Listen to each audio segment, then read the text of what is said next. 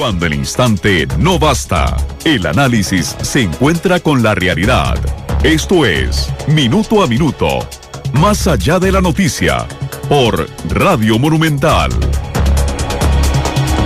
Son las 2:33. Muy buenas tardes, bienvenidos a Minuto. Hoy nuestro programa especial, como todos los lunes, de Radiografía Nacional, donde vamos explorando algunos temas importantes en el acontecer nacional, con el fin de hacer un estado de situación primero y luego generarle recomendaciones a los candidatos a la presidencia sobre cuál es el papel en cada uno de estos aspectos, comprometiéndonos con ustedes y con los analistas que nos acompañan, por supuesto, a que cuando tengamos sentados aquí a los candidatos, igual que lo hicimos con los precandidatos, entonces les plantearemos estas preguntas en específico con un sí o un no de lo que se genere en estos programas de Radiografía Nacional. Hoy tocaremos el tema de la relación del Poder Ejecutivo con la Asamblea Legislativa, que es finalmente en quien reside la soberanía, bueno, en el pueblo reside la soberanía, pero a través de sus representantes, que son los diputados de la Asamblea Legislativa. Abarcaremos este tema hoy con nuestros invitados, don Francisco Antonio Pacheco, quien fue presidente de la Asamblea Legislativa 4 años seguidos, nada fácil a don Francisco Antonio, en administración anterior, a don Mario Redondo, quien también fue presidente de la Asamblea Legislativa,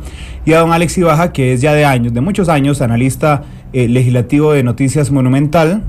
Él, por supuesto, abiertamente liberacionista, pero es uno de los analistas más acuciosos y más preclaros que tenemos aquí en Noticias Monumental, hablando precisamente de la relación y de las dinámicas que se dan con la relación entre el Poder Ejecutivo y el Poder Legislativo. Como es costumbre, en Minuto a Minuto, en este espacio de Radiografía Nacional de los lunes, vamos a conocer un reportaje primero del periodista Alexander Rivera, quien nos cuenta qué proponen analistas y cuál es la situación en este momento de la relación entre la Asamblea Legislativa y el Poder Ejecutivo. Escuchemos el análisis y regresamos acá Minuto a Minuto. Minuto a Minuto, más allá de la noticia, por Radio Monumental.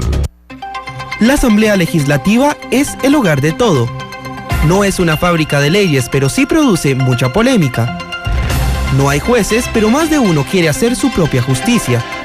No es una iglesia, pero hay quienes solo hablan de la palabra de Dios. Hay médicos, profesores, veterinarios, arquitectos y hasta pastores.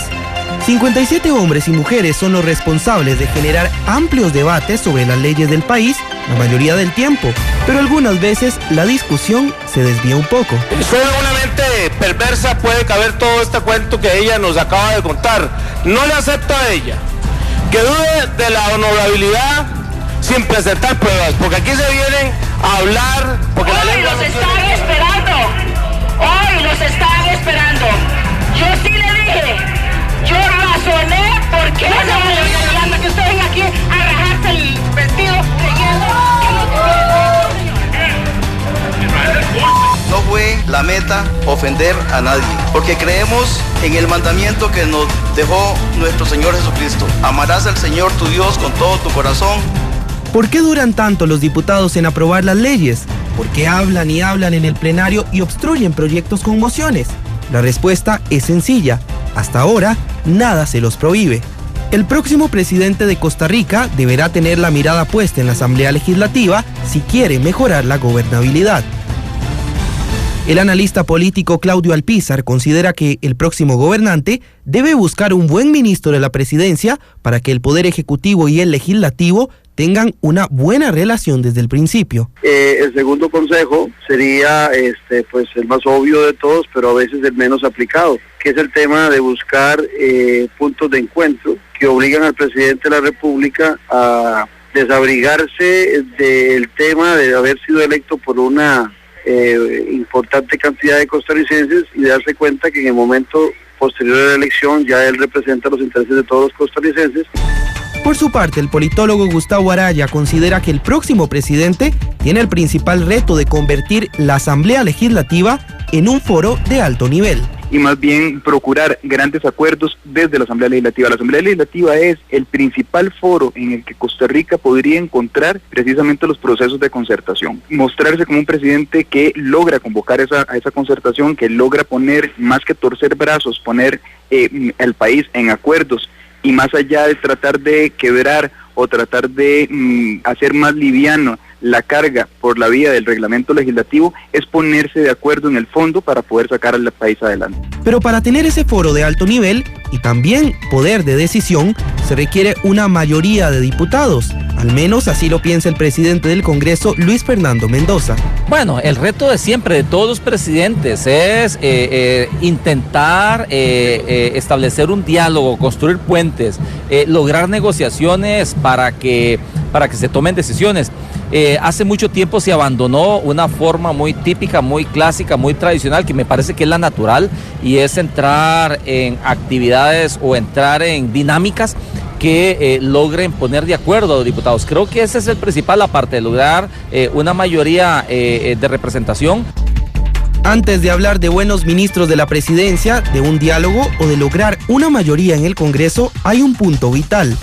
El ministro de Comunicación, Carlos Roversi, considera que desde ahora debe reformarse el reglamento legislativo para agilizar la labor de los diputados. Este país no va a caminar si no hay un cambio del reglamento, y lo que eso significa efectivamente es la necesidad de un número adecuado de diputados, o por lo menos una alianza fuerte entre 2 o 3 partidos para poder lograr la reforma legislativa. Me parece que hay otro tema, la Presidenta de la República lo dijo ahora, es la necesidad de que en la Asamblea Legislativa haya más responsabilidad, se revisen las leyes y se deroguen aquellas leyes que no se pueden cumplir.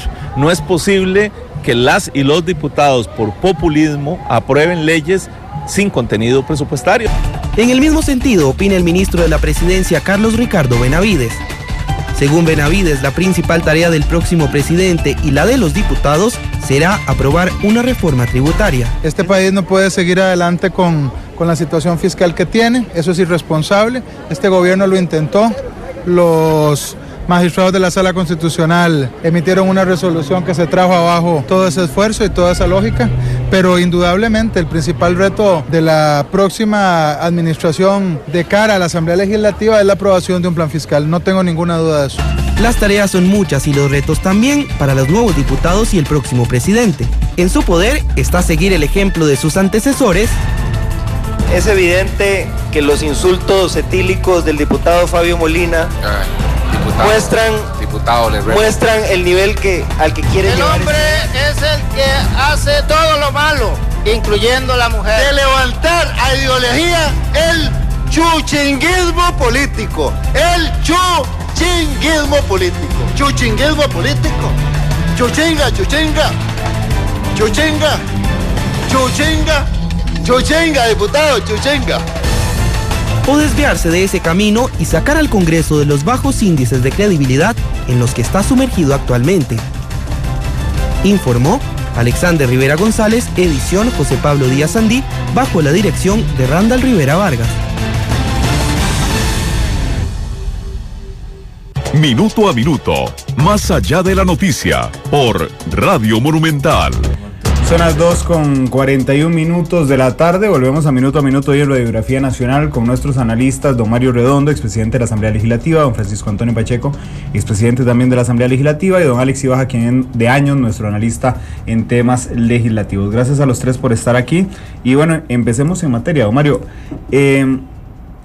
esta administración en particular ha tenido algunas rasgos esenciales. Uno de ellos es que ha tenido que sortear con presidencias de la Asamblea Legislativa, la primera oficialista, la segunda opositora absolutamente, la tercera no era oficialista, pero bueno, se logró mediante un consenso con el PACE, y finalmente a Luis Fernando Mendoza, oficialista también en la Asamblea Legislativa, pero además ha tenido un ministro de la Presidencia que en los últimos 2 años ha estado casi desaparecido, digamos, del mapa público, por lo menos, del que vemos los medios de comunicación, no sé si también a nivel político al interno, y entonces ha tenido que sortearlo de esta forma, con un montón de minorías dentro de la Asamblea Legislativa, y buscaba precisamente hacer en esa primera parte del programa un estado de situación de cómo es hoy la relación entre el Poder Ejecutivo y la Asamblea Legislativa. Mario, buenas tardes. Muy buenas tardes. Bueno, la relación entre el Poder Ejecutivo y la Asamblea Legislativa no siempre ha sido sencilla, ¿verdad?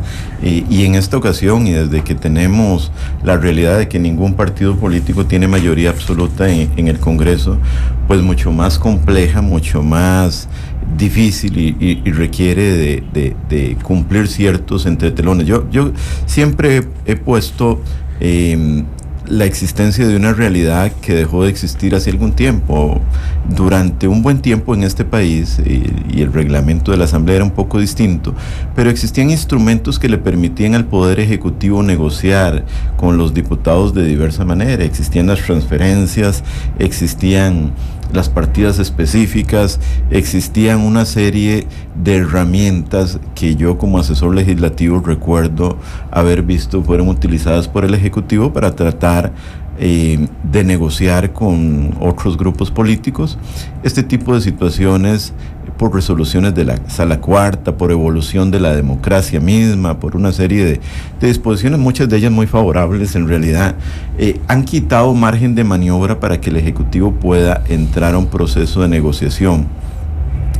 Pero también el hecho y la circunstancia de la existencia de algunos partidos cuyo objetivo no es precisamente contribuir al debate nacional, sino figurar, atraer la atención hacia ellos, aprovechando omisiones, debilidades del reglamento legislativo, y llegando al atrevimiento de asumir posiciones de veto a los proyectos de ley, un veto indirecto en los proyectos de ley. Me parece que llevada al extremo la primera vez con don Federico Malabasi y la fracción del Movimiento Libertario en el 2006-2008, y de ahí para acá, y lo estamos viendo en el reciente periodo de sesiones extraordinarias concluido ahorita en el mes de agosto, con una diputada del PAC con respecto a la ley de biomédica, de investigaciones biomédicas, etcétera, con otros diputados y cada uno amenazando: tengo 120 mociones, tengo 100 mociones, tengo 50 mociones, y no le prestan atención a lo que yo digo. Pues no contribuimos. Creo que todo eso ha alterado la dinámica parlamentaria y eso le hace difícil obviamente a cualquier ministro de la presidencia actuar.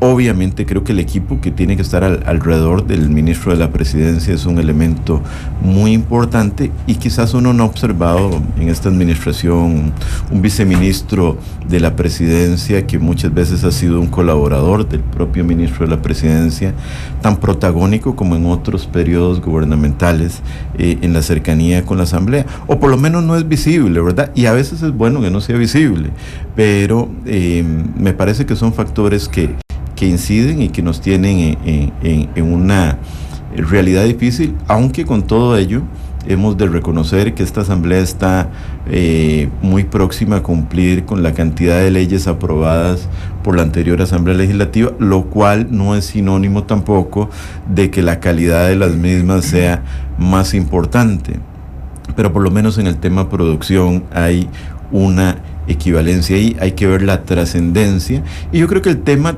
fundamental en esto es ver el nivel y la calidad del debate político en la Asamblea Legislativa, que es un tema que ahora que estamos a 5 meses de las elecciones es el tema que tiene que estar sobre la mesa.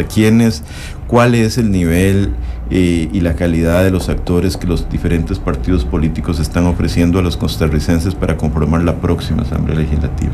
Pero es que imagínese, don Mario, nosotros entrevistábamos esta mañana al ministro de la Presidencia sobre cuán efectivo fue las sesiones extraordinarias, y entonces, bueno, él decía que admitía que era un fracaso, pero por otro lado el presidente de la Asamblea Legislativa decía, bueno, hay 2 leyes aprobadas, 2 leyes importantes, que es el Tratado de Armas por un lado y la exención de impuestos para el Mundial Femenino Sub-17, y usted dice, bueno, sí, en realidad son 2 proyectos importantes, pero fáciles en el sentido de que nadie va a discutir el tema de la exención de impuestos, y nadie va a discutir, por Dios, el tratado que viene de la ONU sobre las armas. Y la semana anterior, estábamos viendo la sesión parlamentaria en la redacción, y dejamos grabando la sesión como es costumbre para escuchar, bueno, cuando de fondo un diputado oficialista manda a rajarse una parte de su anatomía a otro diputado, y usted dice, este es el nivel de discusión política, de verdad, digamos, porque la presidenta había ido de verde y blanco a Liberia. Entonces es donde uno dice, bueno, la cantidad de leyes está cercano a la legislatura anterior, es cierto, pero es que la calidad de las leyes es donde uno dice, no son leyes de chayote, porque por ejemplo los 2 proyectos de ahora son importantes, pero son muy fáciles, no necesitan ni siquiera discusión. Don Francisco, ¿qué le parece, y gracias por estar aquí, qué le parece la relación en este instante entre el Poder Ejecutivo y la Asamblea Legislativa? comienzo por donde usted terminó. No hay que ser muy severo con relación a este periodo extraordinario, porque siempre es muy infecundo, es muy corto. Y entonces en un periodo tan corto es muy poco lo que se puede aprobar.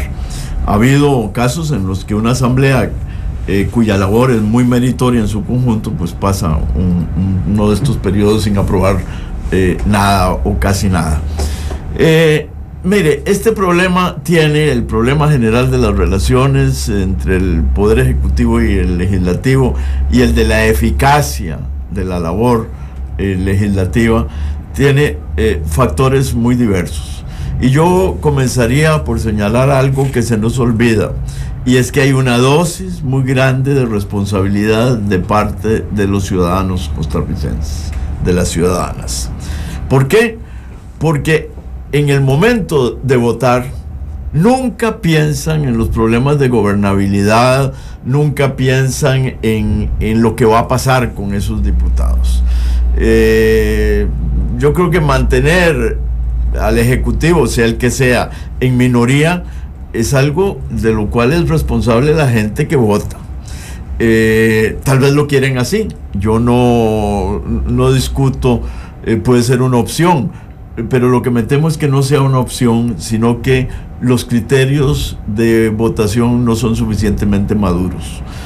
Por otra parte, creo que es muy difícil que superemos la situación actual de multipartidismo minoritario en todos. Por lo menos tenemos que suponer que no va a ser fácil. Algunas personas sueñan con un retorno del bipartidismo. Yo no lo veo tan fácil. Obviamente, durante los años de bipartidismo, que ahora todo el mundo comienza a añorar, pero en su época fue satanizado, era mucho más fácil que las cosas caminaran en tiempos razonables.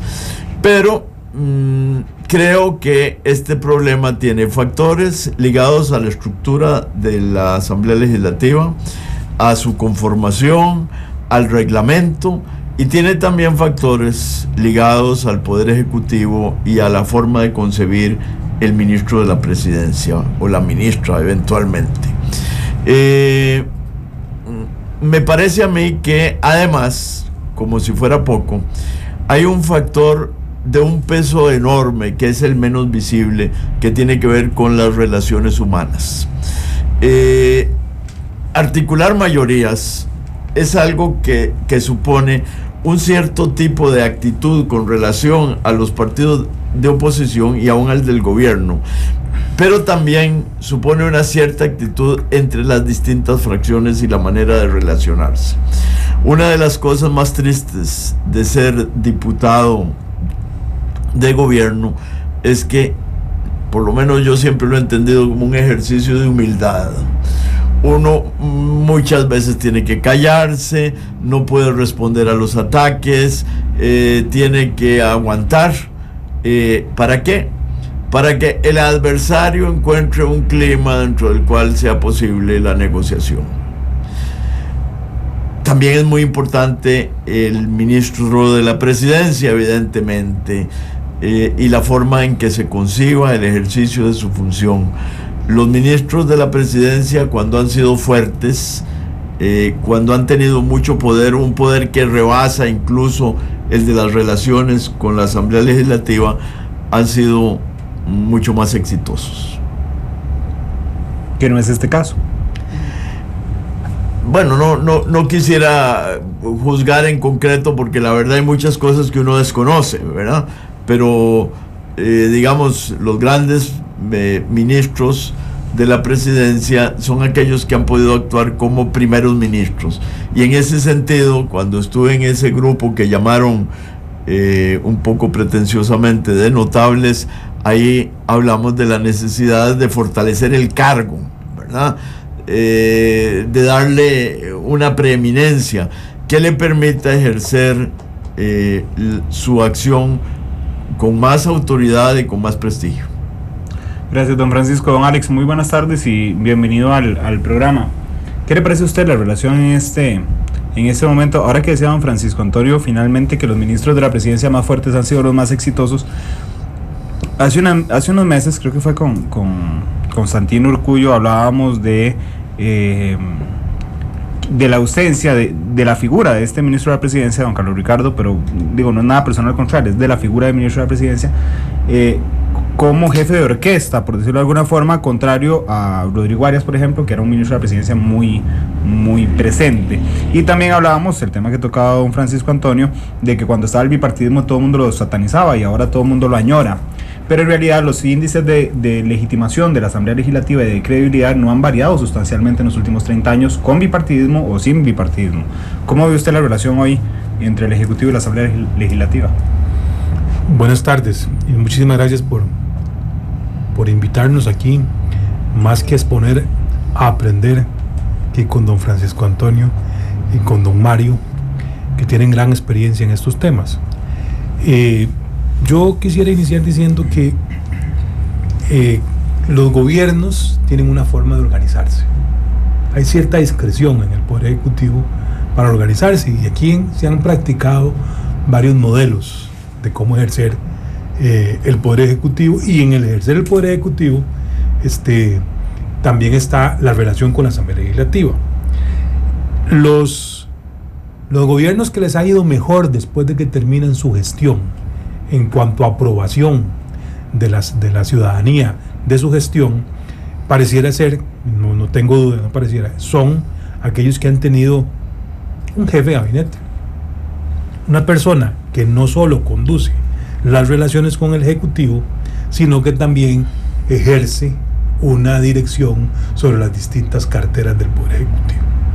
Y esto es muy importante porque la Asamblea Legislativa no solo es aprobar leyes, sino también ejerce el control político.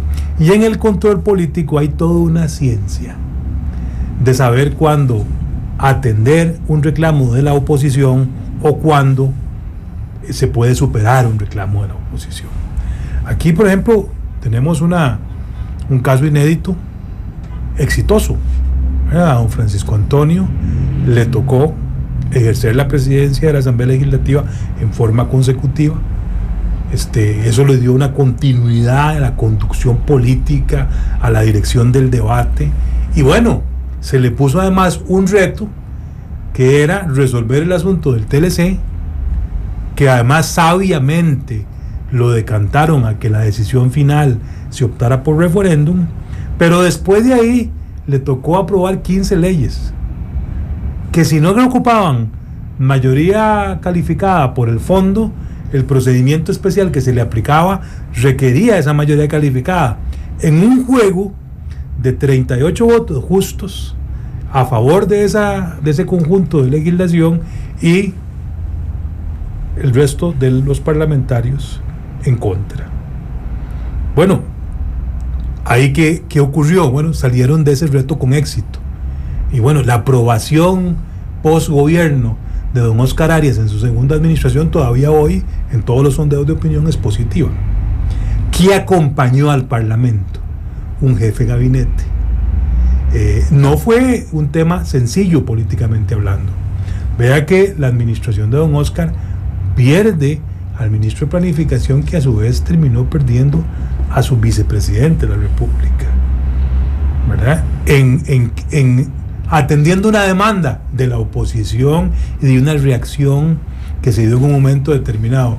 No todo, cuando se analiza, no todo fue fácil, no todo fue exitoso. Tiene el juego de las relaciones políticas, siempre tiene momentos difíciles, y lo que se trata es de concretar objetivos que se fijan de inicio. A don Mario le toca una coyuntura que se repite ahora, ¿verdad? Que es que el Poder Ejecutivo centra como uno de sus objetivos centrales, que por el tipo de tema que es, se convierte en el único objetivo, que es resolver el problema fiscal, ¿verdad? A don Abel se lo planteó no como su único objetivo, pero ¿qué es lo que pasa? Que genera tanta atención de la población que se convierte en el único objetivo. Lo mismo le pasa a doña Laura. Y el asunto no es de votos, no es de consensos. Logran tener los votos para aprobar ese tipo de leyes en primer debate. Y tienen un revés en la parte de la consulta de constitucionalidad. Yo todavía me cuesta digerir ese tema de que los días de las mociones de fondo que se ven en plenario, ese plazo es ordenatorio y no perentorio. Bueno, en otros momentos hemos tenido situaciones de ese tipo que la Asamblea se autorregula y la Sala respeta esa autorregulación. Como hay este ejercicio que la Asamblea autorregulándose no es respetado, y eso abre un abanico. Lo cierto, para terminar, es que sí, también, así como digo que hay un tema de gestión política, también uno ve abusos, advierte abusos que son inconvenientes. Este tema, por ejemplo, que estamos viviendo, que vivimos una buena parte del mes de agosto, de que un grupo de legisladores, en todo su derecho de reiterar mociones en plenario, porque el reglamento así lo permite, cosa que yo no cambiaría, ni en cuanto al tiempo, ni en cuanto a los días, que son 5 minutos para expresar si el plenario acepta o no, me parece un plazo razonable. Lo que me parece irracional es que llevemos al Seno una votación y luego admitamos, por práctica, de que cabe un recurso de revisión de la votación que le da 15 minutos. A esa misma persona que no convenció en 5, le da 15. Bueno, ahí se advierte, exactamente, ahí se advierte, hay una deficiencia de un abuso de una norma que no tiene proporción como el objetivo que busca el derecho de enmienda. Son las 3 en punto de la tarde. Vamos a hacer nuestra primera pausa comercial. Regresamos a Minuto, Radiografía Nacional, con lo que ustedes están opinando en redes sociales de este tema. Una realidad compleja exige un análisis profundo. Esto es Minuto a Minuto, más allá de la noticia. Son las 3:03. Estamos en Minuto a Minuto y en Radiografía Nacional, hablando sobre cómo tiene que ser la relación entre el Poder Ejecutivo y la Asamblea Legislativa. Nada más voy a hacer una pausa internacional porque México, en las informaciones más importantes del mundo, México acaba de pedirle a Estados Unidos explicación sobre una investigación que hizo el diario Globo de Brasil y que publicó el día de ayer, precisamente uno de los periodistas más relacionados con Edward Snowden, que revelaba a Globo que había interceptaciones telefónicas del gobierno de los Estados Unidos contra la presidenta Dilma Rousseff y contra el entonces candidato Enrique Peña Nieto. México acaba de pedirle explicaciones ya a Estados Unidos sobre este tema. Son las 3:04 de la tarde. Tenemos varios comentarios en redes sociales. Nos dice Eduardo Gutiérrez, y quería preguntarle las opiniones a ustedes. Dice: el presidente debería de tratar de negociar 38 votos de una vez para reformar el reglamento y desterrar el poder de veto de las minorías. Mario. Bueno, a mí me parece que este país requiere 38 patriotas en la Asamblea Legislativa que se atrevan a reformar de una vez por todas el reglamento de la Asamblea Legislativa, el cual es una piedra enorme que impide no solo que tengamos una legislación en tiempo oportuno, sino también que tengamos un debate más centrado en el análisis a fondo y serio de los temas, y menos a veces en el debate light, tipo espectáculo y show que muchas veces tenemos en el Congreso. 38 patriotas es lo que requiere este país en la Asamblea, de diferentes fuerzas políticas, y no se requiere tampoco enormes reformas. A veces necesitamos romper el cuello de botella, sea aprobar esta reforma que permita que los proyectos tengan plazo de votación razonable, con lo cual estaríamos permitiendo que los temas serios se puedan llegar a votar. Si usted hace conciencia, en los últimos años los grandes temas han sido resueltos o por la Sala Constitucional o por referéndum, pero la Asamblea Legislativa cada vez se le hace más difícil tramitar y llevar a votación temas gruesos. Muchos son proyectos light, superficiales, proyectos que algunos lo llaman proyectos chayote. Yo creo que el país está requiriendo reformas estructurales en varios ámbitos.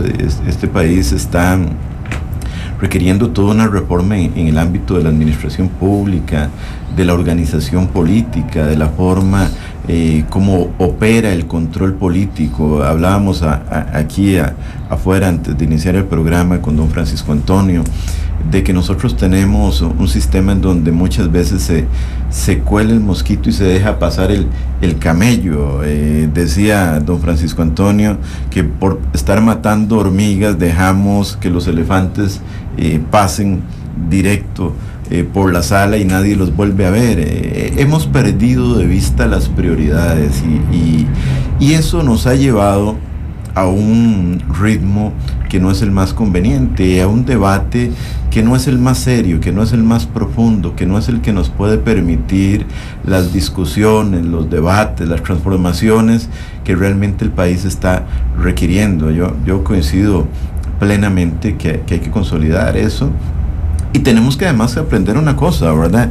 Que cuando ningún partido tiene mayoría calificada directamente, y eso no ha sido así, el tema de las coaliciones políticas debe ser un tema con el que tenemos que aprender a vivir, que tenemos que aprender a madurar y a desarrollar con transparencia, con responsabilidad, para que podamos ir avanzando, porque si seguimos como periodos como estos donde todas las coaliciones para formar directorio en la Asamblea Legislativa han sido distintas, han sido muy ligeras, muy frágiles, ¿verdad? Primero con el Libertario, después la Alianza por Costa Rica, después con el PASE y una última ahí con un grupo de partidos, un Libertario en pedazos, algunos apoyando, otros no, etcétera.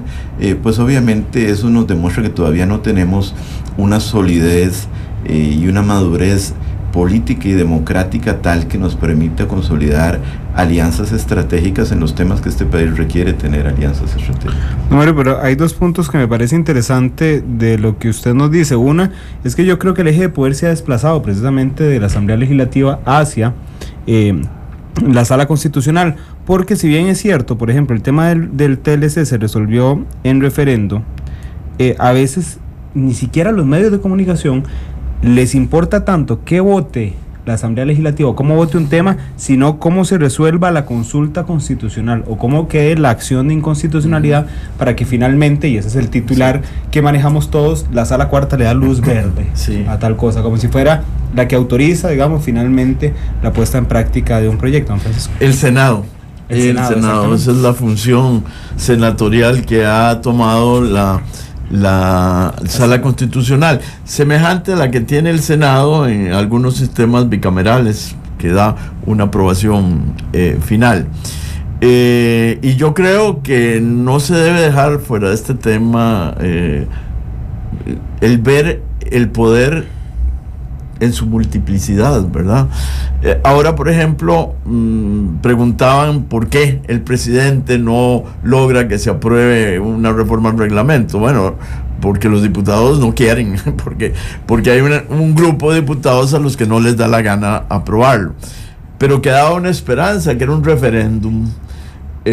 Así como resolvimos el tema del Tratado de Libre Comercio sin dejar heridas profundas, porque el país respeta la decisión soberana del pueblo, pudimos haber arreglado el problema del reglamento recurriendo a un referéndum, pero el Tribunal de Elecciones dijo que no era posible. Me parece que en eso le tuvo una gran desconfianza al poder soberano del pueblo, que es el poder que le da sentido a todos indirectamente, incluyendo al Tribunal Supremo de Elecciones.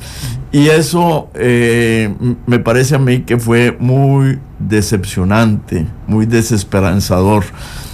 Tal vez en algún momento se pueda encontrar una rectificación a esa decisión.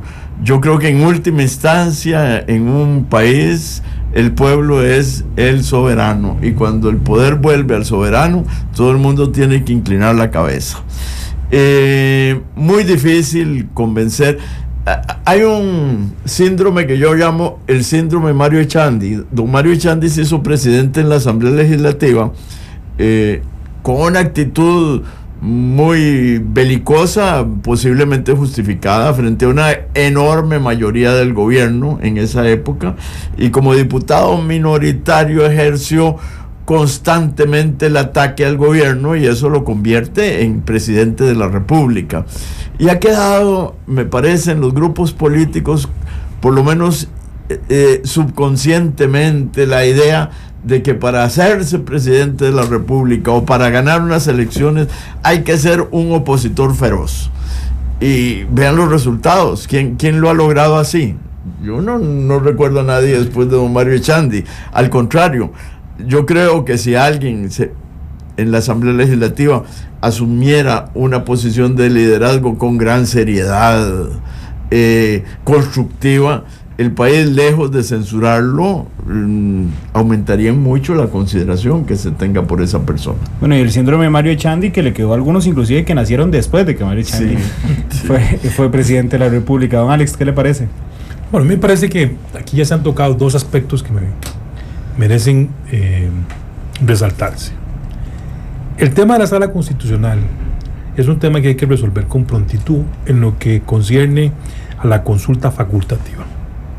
En este tema no tenemos mayores discrepancias. Hasta la misma Sala Constitucional quiere deshacerse de ese compromiso que es valorar facultativamente en un mes cierto tipo de leyes, porque el conflicto político lo que hacen es trasladarlo para allá. Don Alex, disculpe, pero la pasada Sala Constitucional, la de hace 6 meses quería esto, cuando estaba Ana Virginia Calzada de presidenta. Yo no estoy tan seguro que esta Sala Constitucional, la de hoy, quiera deshacerse. Bueno, hasta hoy no registramos ninguna manifestación pública. No hay manifestación pública, me refiero ha variado, digamos. Tenemos coincidencia en que ese instrumento no está cumpliendo el objetivo para el que fue creado y hay que suprimirlo. No es un objetivo que se esté empleando racionalmente.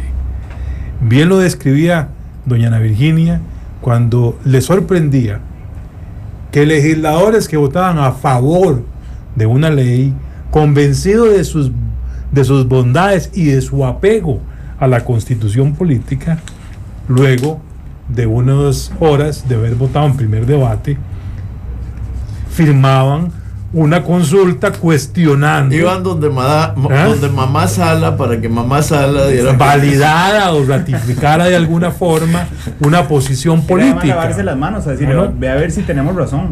La consulta facultativa es un paso que ojalá este Parlamento dé al suprimirla. Todo está listo.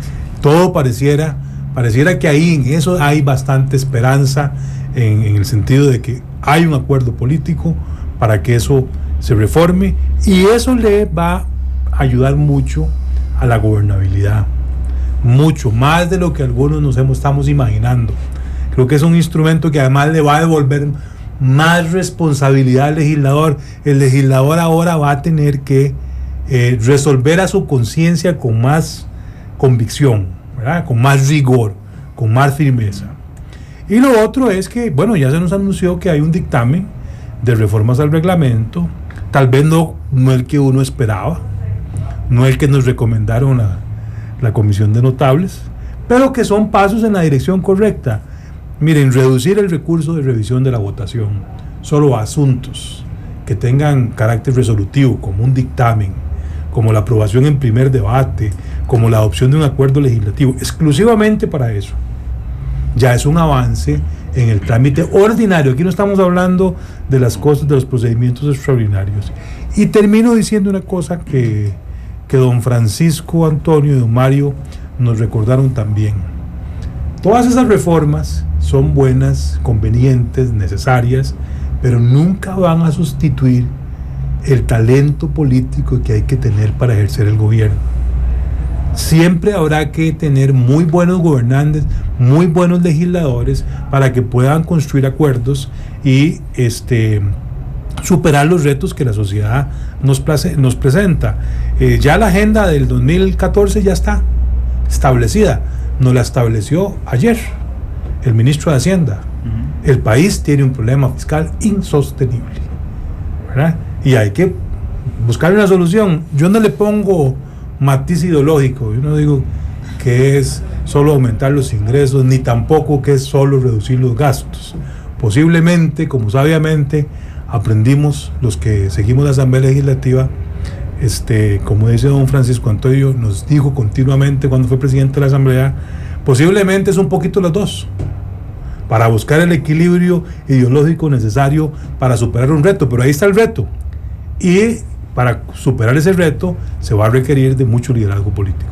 Uno a veces tiene la impresión de que hay diputados que se comprometen con sectores a votar un proyecto para no generar problemas, sabiendo de antemano que va a resultar en una inconstitucionalidad, y finalmente ganan, digamos, el acercamiento con ese sector. Vamos a la última pausa y regresamos. Como milla fronteriza, más o menos.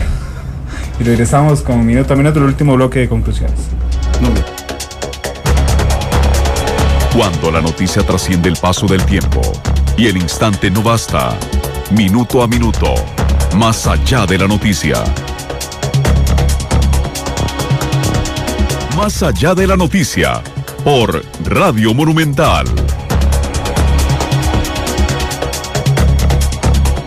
Con 19 minutos, seguimos en minuto a minuto. Entonces, son las 3 con 19 minutos, regresamos a minuto, Radiografía Nacional, 3 y 20 ya. Nos quedan 6 minutos de programa, así es que voy a pedirle a cada uno de ellos en minuto y medio, como si fuera un debate casi.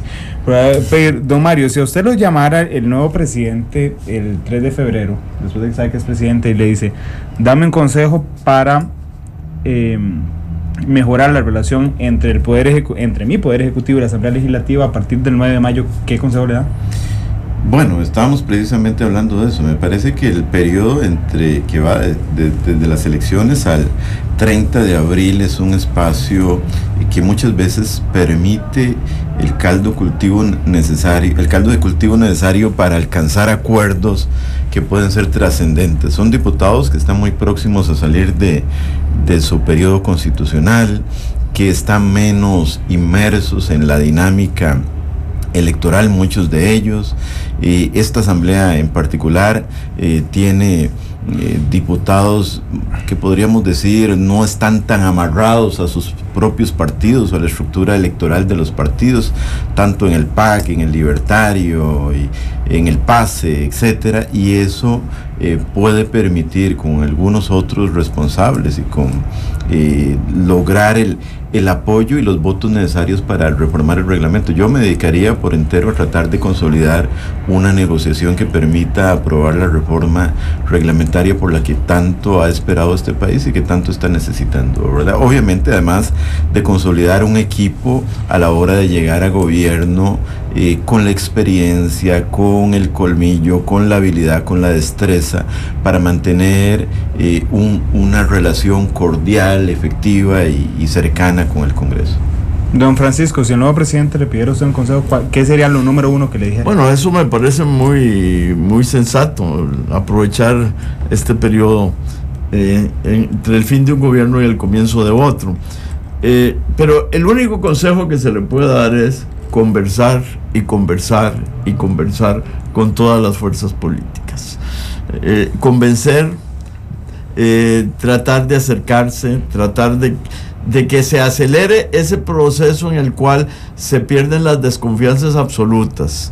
Cuando los diputados, ahora me lo decía don Alex, cuando los diputados comienzan, hay una desconfianza enorme hacia el Poder Ejecutivo y de unos diputados de un partido con relación al otro. Me parece que eso baja un poco cuando se maneja con habilidad, pero pasa por una relación humana que permita calibrar y ver que en el fondo la mayoría son costarricenses, la totalidad, ¿verdad?, de la gente que está en ese juego político son costarricenses que quieren lo mejor para su país. Lo que pasa es que a veces lo quieren de manera equivocada. Y termino agradeciéndole a Monumental esta gran oportunidad de hablar de política sin caer en la política partidista, sino hablar como costarricenses. Es una gran cosa. Gracias, don Francisco. Esa es la idea, de hecho, de este programa. Por eso es que en las radiografías nacionales que hacemos los lunes nunca hay un miembro del gobierno, y no es por bajarles el piso ni nada, simplemente es porque no, evidentemente, si hay un miembro de gobierno hablará de lo que se está haciendo en ese momento, y lo que queremos no es eso, es generar, digamos, un instrumento que le sirva a cualquiera que quede presidente para pensar cuáles son los principales retos y cómo solucionarlos. Nada más me quedó una pregunta pendiente. ¿Apostaría usted por un ministro de la presidencia fuerte, don Francisco, yo creo que es muy conveniente que el ministro de la presidencia sea respetado en todos los ámbitos, dentro del gobierno y en la asamblea, y ojalá en el país. Eso, los mejores, como lo dije, los que han jugado un peso más, Carlos Manuel Castillo, Rolando Lacler, Rodrigo Arias, han sido ministros con gran autoridad. Don Alex, minuto y medio. Adicionar a lo que ha planteado aquí don Mario y don Francisco Antonio, que el momento en el que el país atraviesa requiere de ver más allá del partido político que gane las elecciones. Requiere acudir al talento que por dicha en Costa Rica existe, ¿verdad? Si Liberación Nacional no gana las elecciones, no repiten el mandato, ¿quién podría dudar del aporte que le puede dar don Francisco Antonio Pacheco a un gobierno en temas de los ajustes que hay que hacer? Don Francisco Antonio Pacheco duda. Pero es así, y si me voy del lado de otros partidos políticos, existe gente que realmente ya tiene la experiencia, ya ha pasado, como dicen en mi barrio, por donde asustan, ya superó las pasiones partidarias, aquellas cosas emotivas, ya fueron diputados, ya fueron ministros exitosos, ya han conducido grandes agendas nacionales, han aportado en el plano de la academia o en otros planos. Hay que tratar de, en este momento de reforma, de ajuste, de un replanteamiento que quiere el sistema político, y que además, cuando digo quiere el sistema político, es porque la gente quiere que algo aquí ocurra y que sea novedoso, que sea un segundo aire. Y para ello, yo le aconsejaría a quien tenga éxito en febrero del 2014 que no vea solo hacia adentro de su partido, sino que busque el apoyo de personas talentosas que las hay en Costa Rica para que nos ayuden a construir las soluciones que el país requiere. Gracias a los tres por estar aquí. De hoy en 8 tendremos otra radiografía nacional en Minuto a Minuto, y a partir de mañana y hasta el viernes, por supuesto, Minuto a Minuto en su horario normal de 3 a 3:30. Mañana analizaremos junto a Johnny Madrigal, el investigador de la Universidad de Costa Rica, el índice de confianza al consumidor, que es muy importante para conocer también lo que pasa a nivel nacional en cuanto a economía, y seguiremos también analizando el tema de Siria, nosotros comprometidos en Noticia Monumental con la seriedad de las informaciones internacionales. También estamos preparando una serie de documentos multimedia que pondremos a disposición de ustedes, donde les explicamos qué es la guerra civil de Siria. Finalmente conocemos Siria, digamos, cómo es el país como tal, quién es Bashar al-Assad, qué papel tiene la ONU, qué papel tiene la OTAN, que hoy su secretario general también dio algunas palabras, y finalmente también qué es lo que está pasando en países como Reino Unido y como Estados Unidos, que curiosamente ha incluido la democracia parlamentaria en decisiones que antes eran absolutamente presidencialistas, como en el caso de Barack Obama el sábado pasado. Así es que a lo largo de la semana también hablaremos de este tema. Gracias a todos y feliz tarde. Cuando el instante no basta, el análisis se encuentra con la realidad. Esto fue Minuto a Minuto, más allá de la noticia, por Radio Monumental.